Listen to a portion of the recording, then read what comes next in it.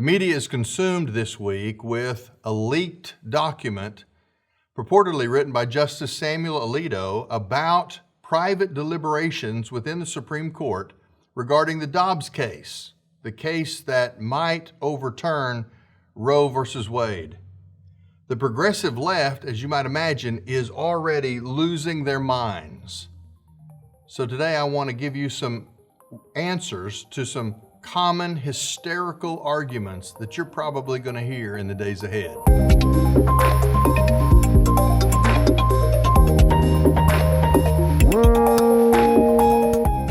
As you read more and more from the mainstream media and the progressive left about this document leak from the Supreme Court, you're going to hear all kinds of bizarre arguments to try and bolster a bad legal decision that we've lived with for 50 years, Roe versus Wade. I want to share some of the arguments because some of them are new, but some of them you've heard for decades, and you maybe don't know how to respond to them. The first one is, my body, my choice. It's interesting to me that the same people who are screaming, my body, my choice, related to abortion are the very people who are telling you that it's not your body when it comes to vaccine mandates. Well, they tell us that there's no danger in abortion, but there is danger if you're not vaccinated for COVID-19.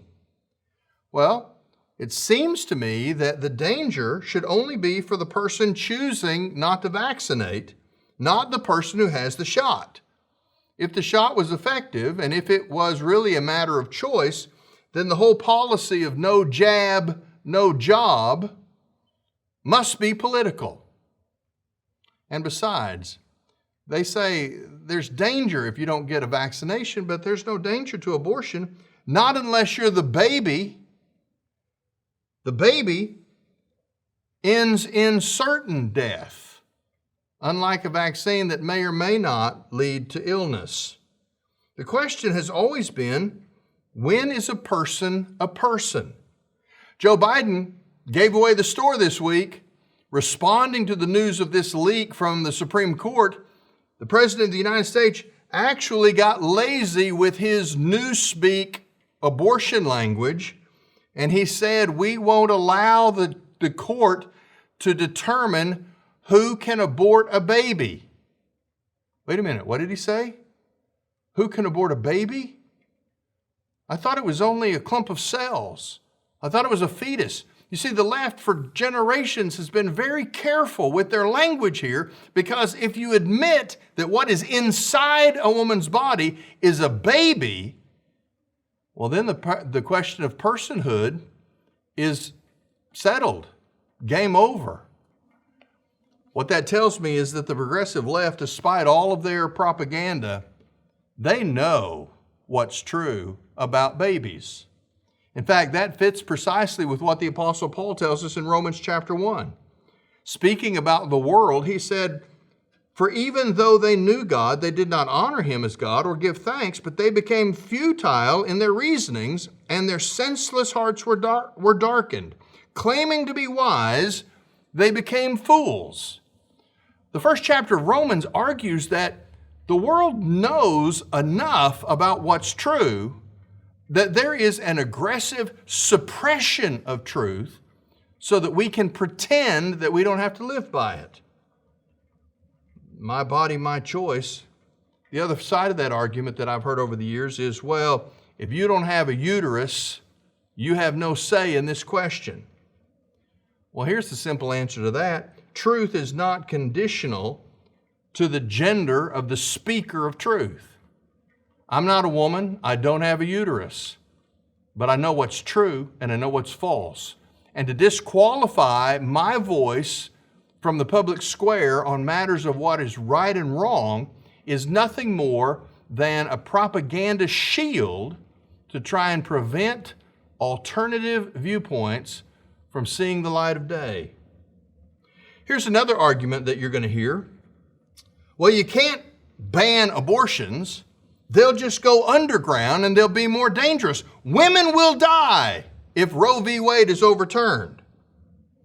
Well, the reality is that's hysterical. When something is outlawed, inevitably there will be fewer of that thing that is outlawed. There will not be 1 million women going into alleyways getting backroom abortions in some unsafe environment. That's just not true. But even if it was, think about this logically. You have no right to break the law safely. That's what they're suggesting, that if this law changes, that we should all be held responsible when a lawbreaker gets hurt in the process of breaking the law. Well, here's the fact of the matter. Culture follows law. When you outlaw a practice, culture adjusts. So don't be swayed by this hysterical argument that all of these terrible things will happen if this law is overturned. Fact of the matter is, if Roe v. Wade is overturned, all it's going to do is send the decision on abortion back to the state level, and state by state will have to determine their own positions, the positions that their citizens hold in the majority regarding this issue. But this kind of hysterical, screaming, panicky approach to the issue is nothing except a smokescreen to try and cover the fact that the left has no real argument to defend this barbaric practice of murdering babies in what should be the safest place that baby will ever reside. Here's one. You're removing the right to privacy from the U.S. Constitution. Well, what Justice Alito's opinion will show is that there never was such a right in the Constitution. It was a fabrication from the beginning when Roe v. Wade was adjudicated in the first place.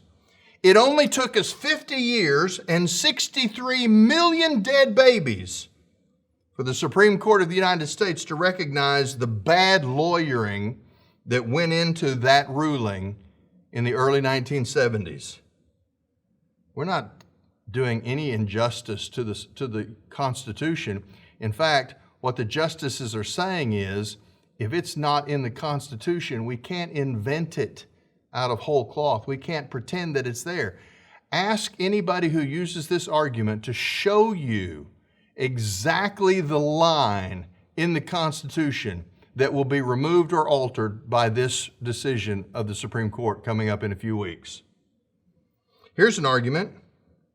Well, you're going to overwhelm the foster care system in America, and it won't be able to take care of all of the children that have to be born. Well, first of all, my church has been involved in foster care for years, and I can say with pretty good confidence that I have not seen a lot of pro-abortionists involved in the foster system. Now's their chance to step up and help these women that they scream about all the time. Listen, abortion was never meant to protect children from foster care, even though that's the argument that's often used. Abortion actually was intended to protect irresponsible people from the consequences of their own decisions. Think about any other moment in our culture where we would say, there are too many people, we've sold out the theater, there's not enough seats, so we're going to execute all the people waiting in line that can't get in. The football game is sold out, we don't have any more tickets, all the space is taken up, so we're going to murder the people that can't get in because we need to keep a balance in the system of those who want to attend the game with the number of seats available. What kind of crazy, bizarre, foolish, theologically unsound answer to the problem of people's irresponsibility to say, because the foster system may have to expand and may have to grow to accommodate some children, I bet if the children had a vote, they would vote 100% to be born. Say, the foster care system is terrible.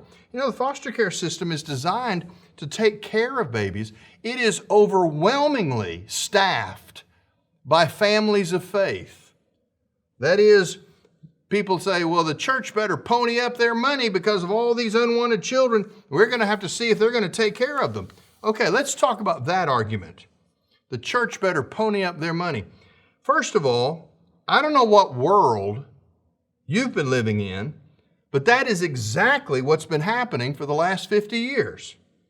The foster system is overwhelmingly staffed by families of faith, and many foster situations do in fact lead to adoption. The church for 50 years has always done this.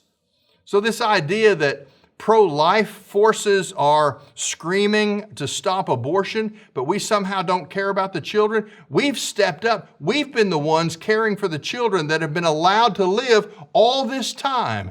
None of that is going to change. Don't be swayed by that argument. Think through it logically. When would we ever choose murder to ease the burden of a social services program? Well, we're over budget in welfare, so we're just going to have to kill a bunch of people who need food stamps.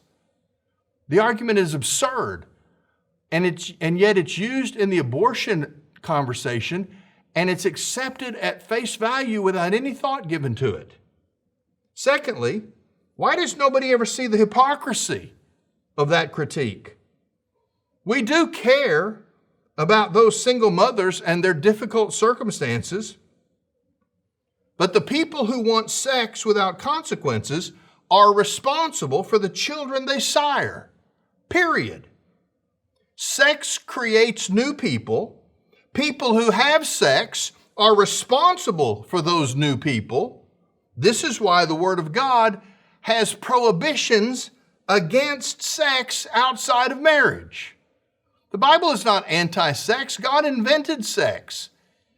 But the Bible is careful that sex is meant to be used within certain boundaries, not only because it's spiritually healthier, but because it's socially healthier. You drink and then you drive drunk. You voluntarily take out student loans. You eat yourself into obesity and then heart disease. You have sex and you make babies. You're free to do all these things, but no decision in life comes without natural consequences. We've stopped considering that freedom brings with it responsibility. The sexual revolution needed abortion in order to eliminate the consequences of free and unrestrained sex. Our sexualized culture has had random, unlimited sex for 2 generations. We've debased ourselves until we behave sexually like feral dogs living in the streets.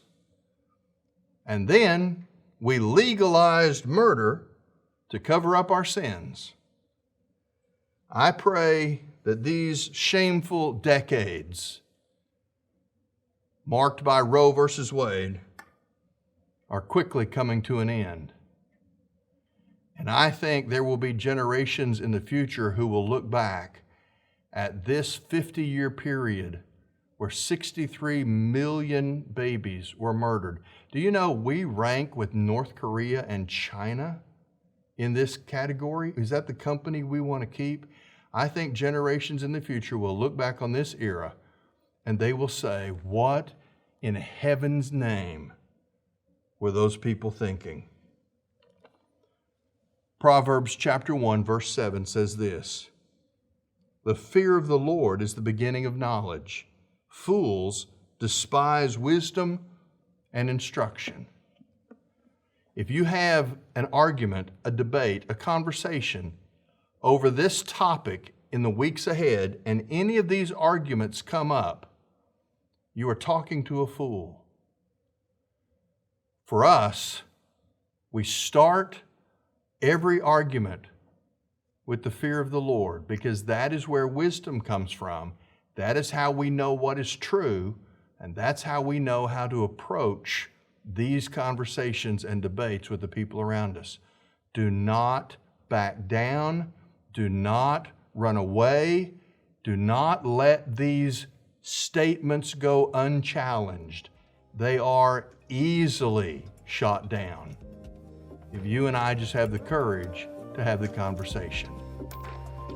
This is Truth Currents.